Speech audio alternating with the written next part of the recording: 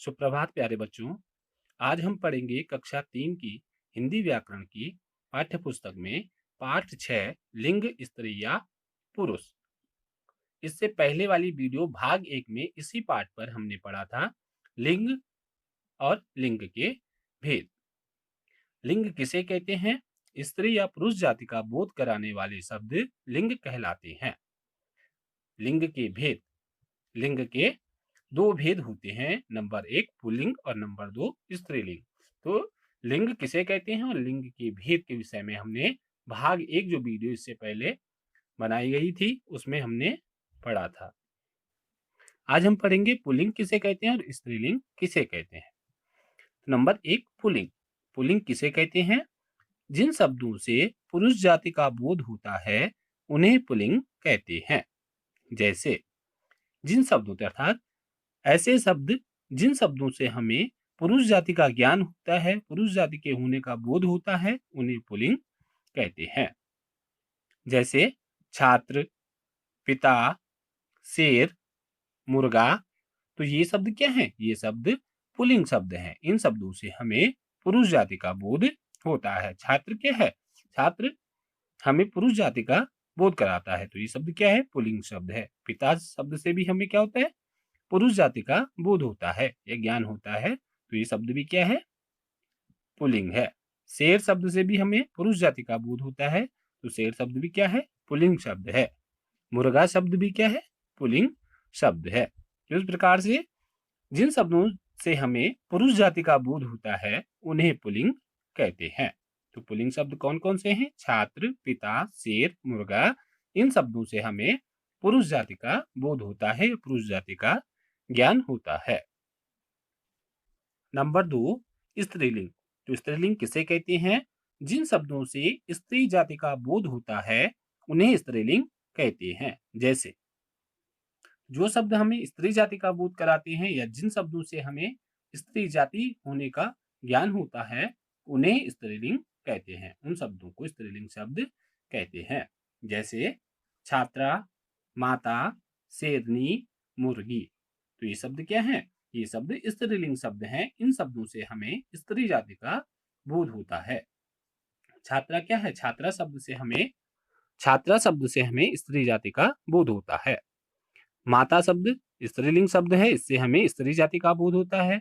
शेरनी जो शब्द है ये भी स्त्रीलिंग शब्द है, इससे हमें स्त्री जाति का बोध होता है। मुर्गी शब्द भी क्या है? स्त्रीलिंग शब्द है, इससे हमें स्त्री जाति का बोध होता है। आप यहाँ पे ऊपर देख रहे हैं, यहाँ हमने पढ़ा पुल्लिंग शब्द और उसके नीचे नंबर 2 स्त्रीलिंग शब्द। तो पुल्लिंग शब्द कौन थे? छात्र, पिता, शेर, मुर्गा। और स्त्रीलिंग शब्द कौन कौन से हैं? छात्रा, माता, शेरनी, मुर्गी।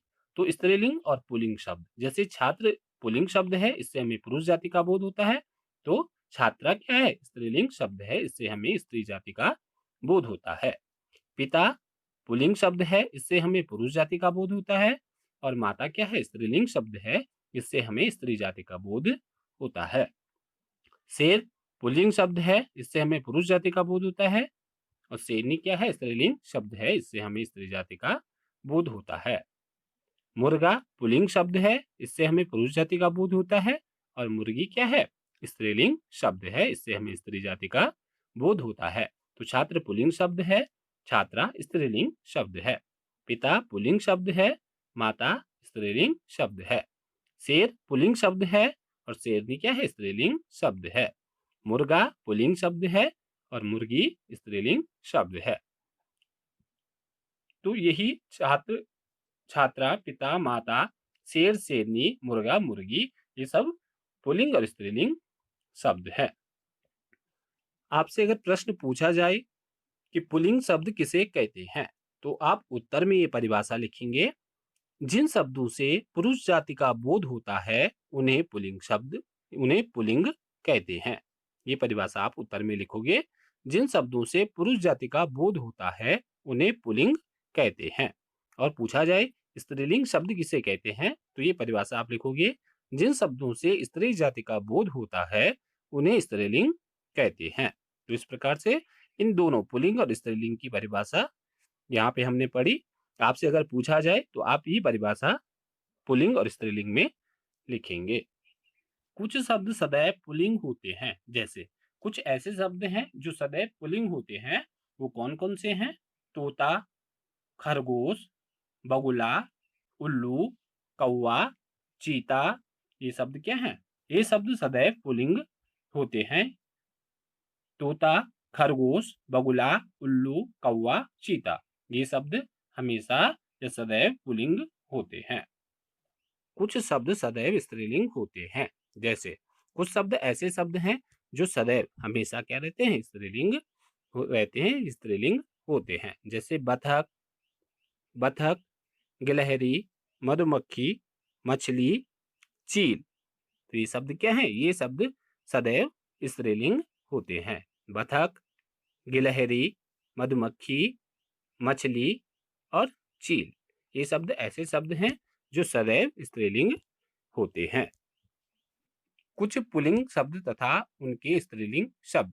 यहाँ पे कुछ पुल्लिंग शब्द दिए गए या नीचे और उनके स्त्रीलिंग शब्द दिए गए। पुल्लिंग शब्द और उनके स्त्रीलिंग शब्द। निम्नलिखित पुल्लिंग तथा स्त्रीलिंग शब्दों को पढ़िए और याद कीजिए। यहाँ नीचे जो पुल्लिंग और स्त्रीलिंग शब्द दिए गए हैं उन्हें पढ़ें और याद करें। पुल्लिंग, स्त्रीलिंग, पुल्लिंग और स्त्रीलिंग। तो पुल्लिंग के नीचे है अध्यापक, अध्यापक का स्त्रीलिंग शब्द है अध्यापिका। पड़ोसी, पड़ोसी पुल्लिंग शब्द है, पड़ोसी का स्त्रीलिंग होगा पड़ोसिन। बालक पुल्लिंग शब्द है, बालक का स्त्रीलिंग शब्द होगा बालिका। श्रीमान पुल्लिंग शब्द है, श्रीमान का स्त्रीलिंग शब्द होगा श्रीमती। नायक, नायक पुल्लिंग शब्द है, नायक का स्त्रीलिंग शब्द होगा नायिका। भतीजा, भतीजा पुल्लिंग शब्द है, इसका स्त्रीलिंग शब्द होगा भतीजी। मौसा, मौसा शब्द पुल्लिंग शब्द है, इसका स्त्रीलिंग होगा मौसी।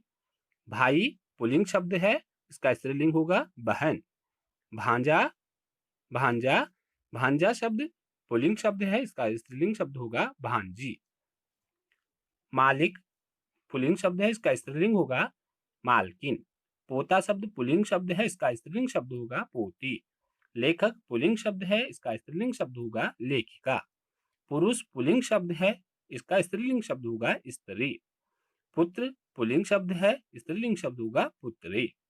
घोड़ा पुल्लिंग शब्द है, घोड़ा का स्त्रीलिंग होगा घोड़ी। हाथी पुल्लिंग शब्द है, हाथी का स्त्रीलिंग शब्द होगा हाथीनी। मुर्गा पुल्लिंग शब्द है, मुर्गा का स्त्रीलिंग होगा मुर्गी। बकरा पुल्लिंग शब्द है और बकरी स्त्रीलिंग शब्द है। कुत्ता पुल्लिंग शब्द है, कुत्ता का स्त्रीलिंग होगा कुतिया। शेर पुल्लिंग शब्द है, इसका स्त्रीलिंग शब्द होगा शेरनी। हिरन पुल्लिंग शब्द है, इसका स्त्रीलिंग शब्द होगा हिरनी। बिलाव, बिलाव पुल्लिंग शब्द है, इसका स्त्रीलिंग शब्द होगा बिल्ली। बाघ पुल्लिंग शब्द है, इसका स्त्रीलिंग शब्द होगा बाघिन। सिंह पुल्लिंग शब्द है, इसका स्त्रीलिंग शब्द होगा सिंहनी। बैल पुल्लिंग शब्द है, बैल का स्त्रीलिंग शब्द होगा गाय। बंदर पुल्लिंग शब्द है, बंदर का स्त्रीलिंग शब्द होगा बंदरिया। चूहा पुल्लिंग शब्द है, चूहा का स्त्रीलिंग शब्द होगा चूहिया। पुल्लिंग शब्द है, चींटा का स्त्रीलिंग शब्द होगा चींटी। तो यहाँ पे कुछ पुल्लिंग और उनके स्त्रीलिंग शब्द दिए गए हैं। इन शब्दों को आप याद करें, पढ़ें और याद करें। याद रखें, कुछ शब्दों का लिंग नहीं बदलता। कुछ ऐसे शब्द होते हैं जिन शब्दों का लिंग नहीं बदलता, अर्थात ये दोनों लिंगों में समान रहते हैं। ये जो शब्द होते हैं वो दोनों लिंगों में एक समान रहते हैं, एक जैसे रहते हैं। जैसे डॉक्टर, राष्ट्रपति, प्रधानमंत्री, इंजीनियर, कुलपति आदि। डॉक्टर, राष्ट्रपति, प्रधानमंत्री, इंजीनियर, कुलपति आदि ये ऐसे शब्द हैं जिन शब्दों का लिंग नहीं बदलता, अर्थात ये दोनों लिंगों में समान रहते हैं। ये पुल्लिंग में भी प्रयोग किए जाते हैं और स्त्रीलिंग में भी यही प्रयोग किए जाते हैं। आपने जाना, इस पाठ में हमने पढ़ा और जाना कि प्रत्येक प्राणी में स्त्री तथा पुरुष जाति होती है। इनका बोध लिंग द्वारा होता है।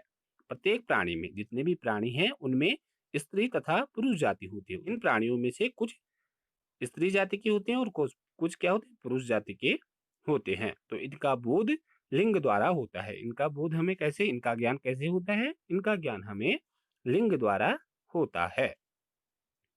लिंग दो प्रकार के होते हैं, पुल्लिंग एवं स्त्रीलिंग। लिंग कितने प्रकार के होते हैं? 2 प्रकार के होते हैं। नंबर 1 पुल्लिंग और नंबर 2 स्त्रीलिंग। कुछ शब्द सदैव पुल्लिंग होते हैं, कुछ ऐसे शब्द होते हैं जो सदैव पुल्लिंग होते हैं, जैसे चीता, भेड़िया, उल्लू, कौवा, तीतर, बगुला आदि। ये शब्द हमेशा क्या होते हैं? सदैव पुल्लिंग होते हैं।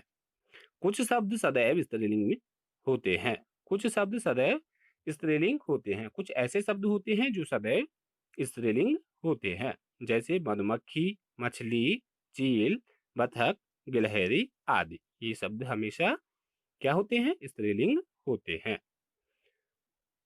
प्यारे बच्चों, आप इस वीडियो को ध्यानपूर्वक देखें, सुने और जो कुछ इसमें बताया गया है उसे याद करें। धन्यवाद।